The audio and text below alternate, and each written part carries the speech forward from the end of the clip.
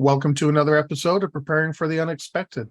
I'm your host, Alex Fullick, and as always, we like to talk about things related to disasters, COVID, well-being, business continuity, resilience, crisis management, anything that helps you, your organization, or your community prepare for, respond to, and overcome adverse situations. If you'd like to be a guest on the show, please feel free. You can find me on LinkedIn. I am the only Alex Fullick there. I am really easy to find, and I do respond to everything I get. One quick announcement, actually two announcements, but I'm going to save one.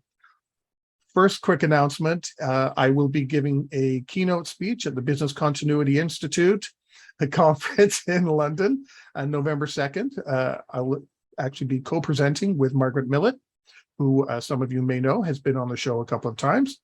And the other announcement I'm going to say for just a little bit, because it's that time again for This Week in Business Continuity with James Green. James, welcome back.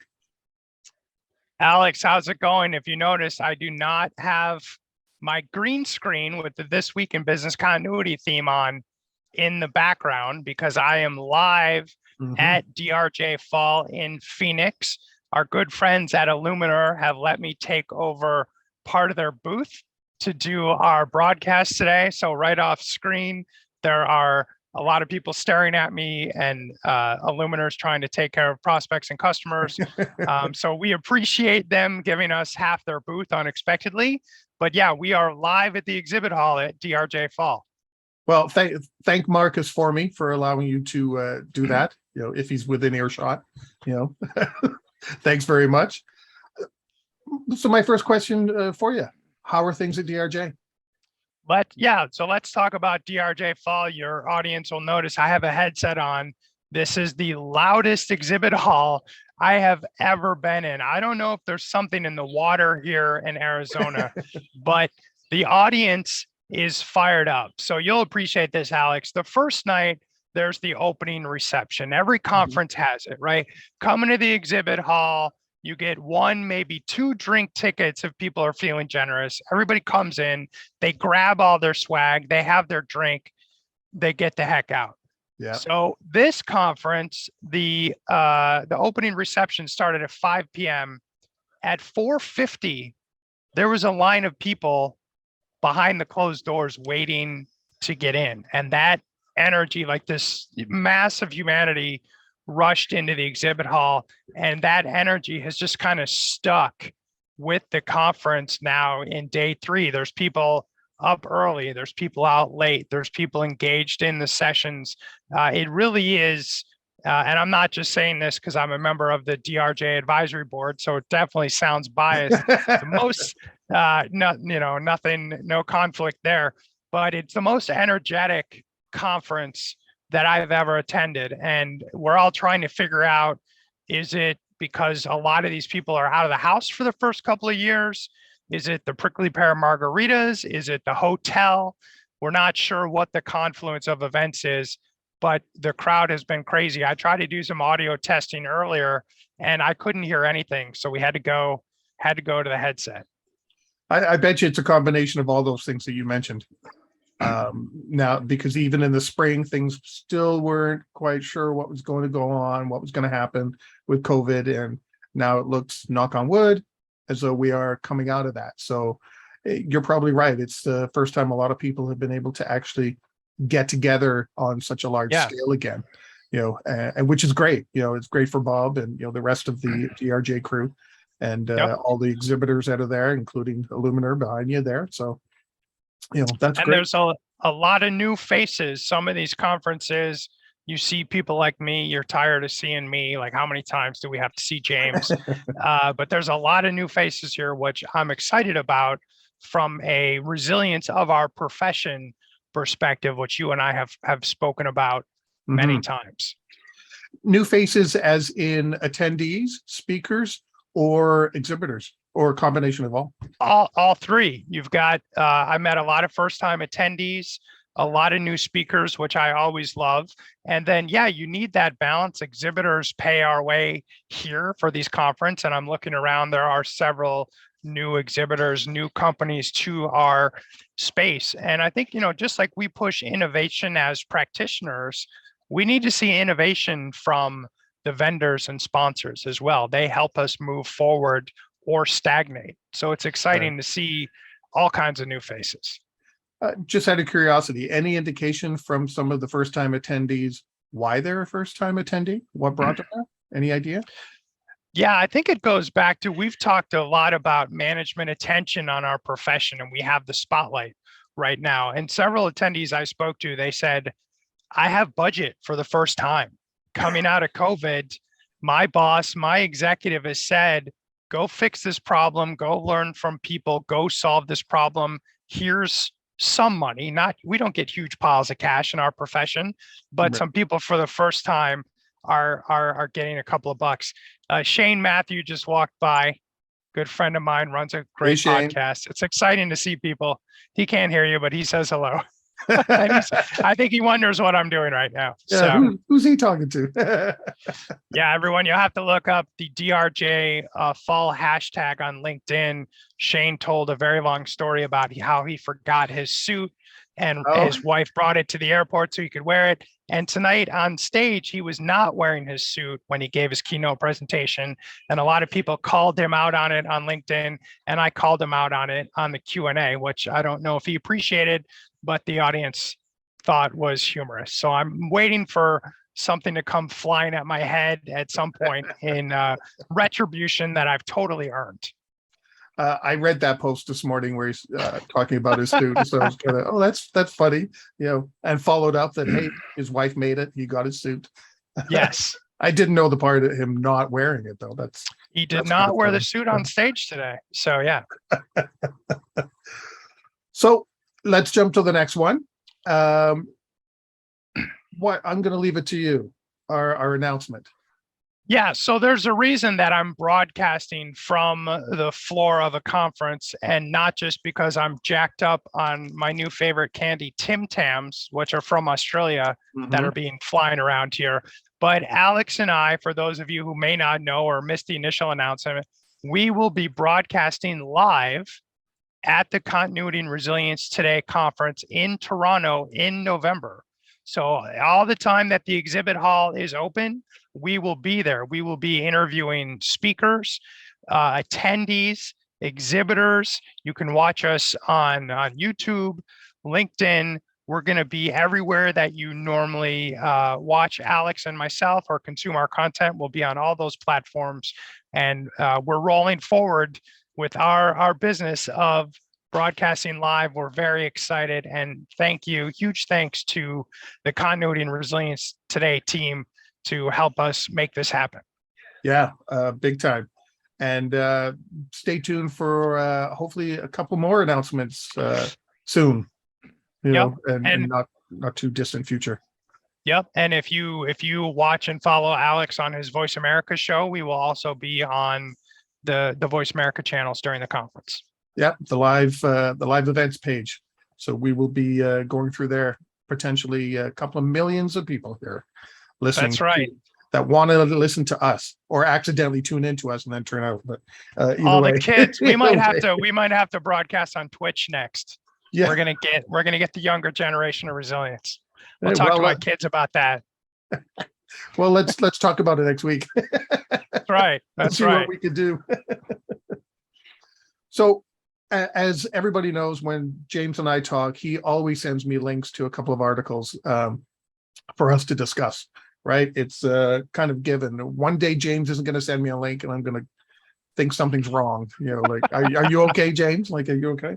So, the first link you sent actually had to do with the the gas being shut off by Russia to Europe. Yes. And you mentioned that it's a possible business continuity implications and issue. Absolutely. So last week, the Russian President Vladimir Putin said that he's cutting off gas to Europe. He will not resume the flow of gas until all Western sanctions are lifted. We looked up earlier today that 40% of the natural gas in the European Union comes from Russia. We're about to head into winter. This is going to be a problem. Globally, it's going to be a problem. Politically, it's going to be a problem. But we got to thinking if you have operations in Europe right now, if you are responsible for business continuity in Europe, do you have a BC plan for this? What's the plan when oil and gas and possibly electricity just go away? Yeah, I think when I first read the article you sent me, I kind of thought this is a new kind of warfare. Yes. We're not going to lob bombs and shells your way. We're going to cut off pipelines. Yes. Just like what happened with the grain in Ukraine. Correct. Same thing. Food supply. Now we're going to go after energy supply. And it's not just Russia. I'm not just talking Russia here, but any country now that has some sort of a commodity that is required or needed or loved by different parts of the world, they can now cut that off and use that as leverage to get whatever it is they want. And exactly, that's taking the supply chain management issues that many of us are familiar with and deal with a step further. It's not just the supply chain. Now it's the supply itself, on a and we totally haven't seen different that. scale. We haven't seen that in a long time, right? OPEC cut off the supply of oil to the world, basically, for many of your audience, maybe before they were born in the early 70s and early 80s. And the global supply chain was nowhere near as interconnected as it is now. So I'd love to hear from your audience in the comments and, your thoughts of, if you had operations in Europe, are you spinning up BC now? Are you activating your crisis management team now? Are you going to be proactive? Or is it such a huge problem that you're just going to be reactive? I think because of the scale of it, some people are going to be reactive because they're not sure how to wrap their heads around it for a couple of reasons. Just like the start of the pandemic, it was hard for anyone to wrap their heads around what was going on because they were impacted on a personal level and an organizational level and a community level. And then you can go up to, provinces, states, and countries, on every level it was impacted. This is one of those times too, because if you've got a home, a partner with kids, or you've got elderly living with you, now you run the risk of not having any heat source through winter. And climate change, you add climate change to that, the winters in Europe have gotten colder and more snow. Sometimes if you ever see the pictures that come out of some of the places like Switzerland or even Norway, and you see the amount of snow they get, my goodness, you're going to want that oil to stay warm because your house is literally buried under snow. Exactly. And now take that in a different direction. Your organizations are going to be the same way. But you may have been able to deal with all that snow, but you had a heat source. Now you're Correct. going to have all that snow and no heat source. And you add in the mix of the grain shipments and the issues that have come out of Ukraine. You add that issue to things as well. And it makes it really difficult to try and have a continuity plan, because now it's not just your organization that's going to suffer on some levels. An organization could probably get by without the food impacts, but can a person Correct. get by without that, and their family and the heat source? No, that's Maslow's hierarchy of needs, right? That's the bottom line. The basic needs have to be met. And that's now being threatened. Yeah, they're not going to be equipped for an extended period of time. And then also, you're in parts of the world where things like this haven't been common since World War II. So as everyone knows, where I'm based in Florida, we have hurricanes from time to time. We at least have some living memory of a power outage of a week. And that's usually extremely messy. Now you're looking at a fuel or power outage of much longer than that in an area that's not familiar with that. It's going to be messy if it goes through like that. Like you said, this is a form of warfare. So I'll be very curious if there's military response.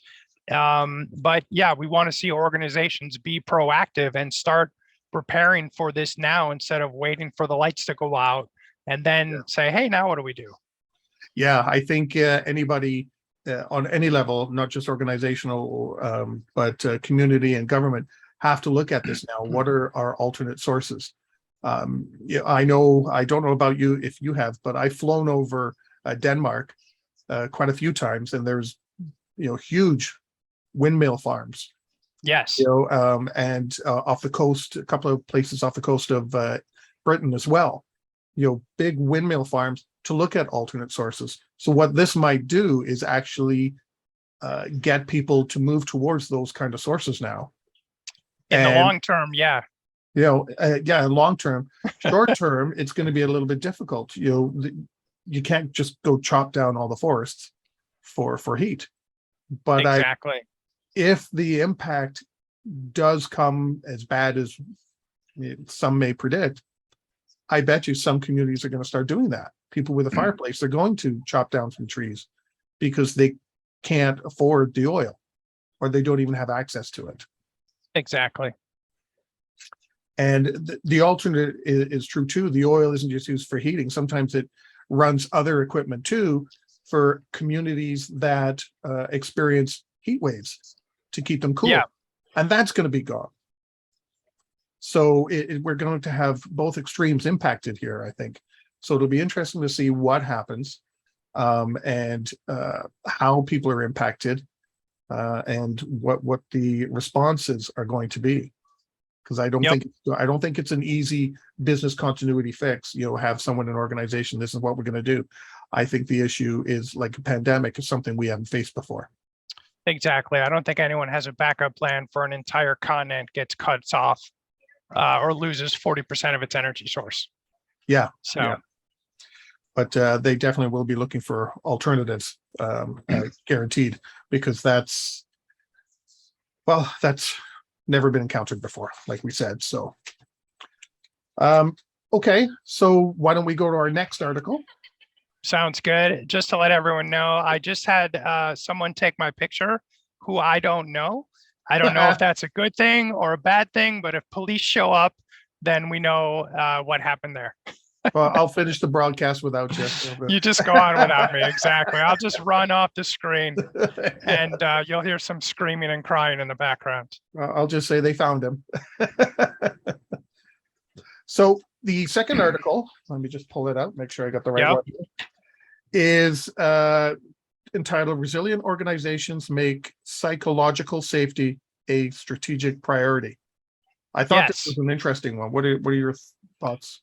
Nice light title, right? So this article, I'm going to do a lot of reading off screen because I didn't memorize all this. I'm not going to lie. But this article was published in Harvard Business Review last month. So I first want to stop and give a plug. I don't work for a Harvard Business Review. I don't make any money from them. But a lot of people always ask me, hey, as I grow my career, what types of content should I consume for leadership? And there's podcasts and books. The Harvard Business Review website is one of those things that I always recommend. It's about $90 a year. Some people say that's expensive, but if you look at maybe how much money you make in your next promotion, $90 probably good value. So that's my plug for a product that I'm not related to at all. But I really like this article, "Resilient Organizations Make Psychological Safety a Strategic Priority," because to me, it kind of felt like the movie Inception. There was this layer that I loved, and it went down another layer, and I loved that, and it went down another layer. So the authors spoke about that there are 3 cultural dimensions that are critical for resilience. And you don't often see resilience mentioned in management magazines, which is why we're sharing this with you today. And they said those 3 cultural dimensions are integrity, which I loved, innovation, and inclusion. And then they further said that these 3 cultural dimensions sustain business continuity, competitiveness, and growth. So I'll stop right there just for a second, because I thought it was really fascinating that an objective article, not something that you or I wrote or the BCI wrote, said that business continuity is one of those key factors alongside competitiveness and growth. I thought that was a really interesting observation, which was self-serving and gratifying. Yeah, it's actually a really interesting article. It goes on to talk about some other pieces, obstacles to those three objectives. There were a couple of bits when I was reading it. I kind of, well, how should I put this? I ended up with a whole bunch of ideas, and I'm not going to Okay. cover everything here because we don't have the time for it. But there were some stuff that it touched on that really got me thinking. When the talk about innovation, a lot of times when you hear innovation, people think of product and service, right? Yes. How do we make sales? This one looks at how do you get people thinking too? How do we have a product? How do we think about making that product better, or the process to make that product better? How we market it better? Looking at it from a different perspective rather than here's the product, how can we sell more? So I liked that little bit of flip on it. There was a piece that talked about people feeling inclusive and being a part of things. This piece I wish had digged a little bit deeper, but I know the article itself wasn't about D&I, because they did touch on different kinds of people, and their sex and all this and that, and I still think a lot of organizations look at D&I as the visual aspect. Correct. What I wanted them to get into is to say, you can have that visual aspect all sitting in a meeting room, but does everybody feel inclusive? When somebody speaks up, are they automatically shot down? Like, no, that's not a good idea. Let's have a brainstorming session. And as soon as you hear an idea, people are already shooting it down. It's supposed to be brainstorming. Just throw out ideas, Exactly. so that you can have a diverse workforce, but not the inclusivity that goes with it. And they touched on that, creating a culture where those two align, and should come together. So I did like that. I wanted them to go a little bit deeper, but then I realized, that's not the focus of this. So, but that got me thinking about that. And I kind of liked that, because different people's background can bring different ideas. They come from different companies, communities, spiritual backgrounds, whatever. They can add different perspectives. So I liked that aspect of it as well. There was another piece that caught my attention about leadership creating a culture where people can actually speak up without a fear of retaliation. Yeah. And I've been in that situation where you speak up, hey, I don't like this, or I'm sure many of us have. And that's the end of your job. Yeah, it becomes the end of your job, or something else happens. It always finds a way back to you. No matter what. With your work colleagues, they all hear something, and it all comes back.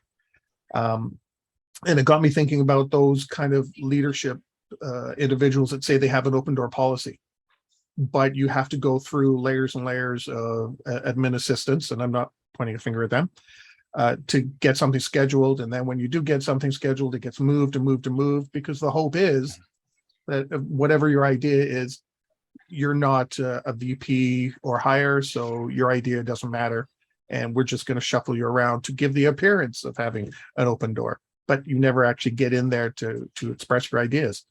And then when people are asked for their ideas, they don't speak up. Correct. Why? Because now they don't feel included in anything before. So I thought that was those aspects I thought were rather interesting. There was one thing I like that is very similar to a lot of people in our industry have spoken about in the past, about different aspects of risk management being silos or not integrated. But I think it was phrased in a different way that made me think. So the author said, one of the biggest obstacles is blind spots are functional professionals. And they said, for example, legal, risk management, R&D, HR, tend to focus their requests for limited internal resources vertically in their hierarchy. And this was my favorite part, by competing for support for one-off initiatives rather than collaborating, they miss the opportunity to help senior leaders. I really love that part, because so often we're like, how do I get resources? How do I take care of my program? What about my needs? And here the authors are saying, how are you helping senior leaders acting in those silos. That was really poignant for me. I think it goes back a little bit too because of the way organizations structure themselves already. Yes. You know, it's always like this, with a senior Correct. C-level person up top, followed by a vice president, followed by a director, a manager, and etc. or whatever. And if it's marketing and sales, only marketing and sales will talk about that because they're the only people who know anything about it, Correct. supposedly. Meanwhile, there's new ideas from somebody sitting in finance who could share and make marketing and better at what they're doing, or an idea they hadn't thought of. Same thing. Hey, we got a new finance idea that could streamline things, but still addresses, the 4 key points you need to make sure happen in your group. And they don't do that. And if you want to talk to another group, you don't go across. I wouldn't call James. Half the time I've got to go up to James's manager, Go up, and then go down and connect. Yeah. So we kind of set ourselves up, meaning our organizations, we set ourselves up like that when we shouldn't. And I like what you said here is, rethink that. Rethink the way you're structuring your organizations. Yeah, it was a great article. So again, if anyone in your audience subscribes to HBR, if you actually read this article, we'd love to hear your comments and thoughts on it. Yeah, it's a really interesting one. It's definitely good for thinking and seeing things in a different light. So, James, I know you're at DRJ today, so you can't tell me what you're reading. Yes. But, or show me what you're reading. Maybe you can tell me. I bought a brand new book. It's on the nightstand in my hotel room, which I probably should have brought down. Let me see if I can find it really quickly. If not, we'll have to post it in the comments. It was recommended to me by an author friend of mine. And anytime anyone writes a book and they say you should buy this book, I do. Here we go. It's called Worth the Risk: How to Microdose Bravery to Grow Resilience, Connect More, and Offer Yourself to the World. I just started it. I'm 5 pages in. Obviously, there's a lot of buzzwords in that title that I use. So I have some implicit bias of my own of liking the book, but being 5 pages in as of this morning, written by Kristen Lee, I think it's a fantastic book, but I will need to give you an update once I get past the introduction. How about yourself? I finished a fantasy book a little while ago. Nice. And the one I'm reading right now, or actually I just finished, The Tao of Influence. By Karen McGregor. Really good, great leadership and management stuff in here. It's not what you think. It's not a religious book or anything like that. But it's uses some thinking, 3,000-year-old thinking for management and entrepreneurs. Excellent. And taking that and using it in your daily work and approach and communications and things like that. So it's really good. I enjoyed that book a lot. We've got to have really quick, Alex, for those of you who are watching, Alex and I had this interesting observation when we broadcast at con sites that people would just come up and thought we were talking to ourselves. And I've had that twice today, that people think this guy's just lost his mind and talking to him. Definitely need an on the air sign. I don't know if we can Tao influence that. Oh, you already have one. See, Alex is always ahead of me. I love it. What else you got? Because I know you always read 12 books at a time, which I love about you. Well, that's the only one that I've actually opened. The other one is on my Kindle, and it's another fantasy book. Okay. And no, those are the two because I finished other ones, but they're not within arm's reach or anything. They're back on the bookshelf now. Excellent. And plus, I have all the articles you sent me. As you and I head to BCI World in a month and a half, I'll ask you, when you're on a plane, are you a movie, binge Netflix, read, sleep? What's your preferred method of overseas travel? Depends on when I'm flying. Okay. If I'm wide awake, I will actually pull out my travel tablet and do my writing. You're so productive. You always make me look bad. I love it. If it's an overnight flight, I'll usually put on a movie so that I can fall asleep. Okay. So it's a little bit of everything. It depends on where I'm going, but Okay. I'm always trying to do something. So yeah. Well, Well, I'm going to ask you this question again when we get to London and see what you did, and you what can did I ask me what do? I did. And I'm sure yours was more productive already. So, Well, I don't know. I'm flying overnight, so I may have just slept. oh, okay. All right. So I think we've come to the end of the show today, James. I know I've noticed the connection starting to get a little wonky there. So Yeah, we're about to we're- hit break just started. So there's a lot more people in the room all using the Wi-Fi. Yeah. yeah, I had a feeling that's Yeah. probably what's going on. Yeah, So we won't tempt fate. that's I right. think we'll have one of our shortest episodes ever. So It's bound to happen. yeah. Well, thanks, James. It was really good chatting with you. Say all the best to everybody at DRJ. Wish I could have been there with everyone. Absolutely. But we will be seeing you soon in Toronto and London, apparently. So I wasn't sure if you were going to London, but Yeah, I'll yeah. be there. Yeah, absolutely. yeah, we'll see you in London and Toronto. So on that, any final parting words before we No, go? thank you to Illuminar for giving us part of your space. Thank you, DRJ and Bob Arnold, for putting up with me as always and letting us do this at the last minute. We appreciate it. Let me know, all of you in the audience, if we'll see you at yes, we're on camera. If we'll see you at Continuity and Resilience today in Toronto or BCI World in London. Yeah, one of them we'll certainly see you at. Well, thanks, James. All the best to everyone at DRJ. I know you got one more day to go, so hopefully it's another full of education and lots of great networking and stuff going on there again tomorrow. And everybody listening and watching, stay prepared, everybody. If you like that video, thumbs up. If you didn't like that video, thumbs down. But leave me a message and let me know your thoughts. Of course, don't forget to subscribe. And in the meantime, stay prepared, everybody.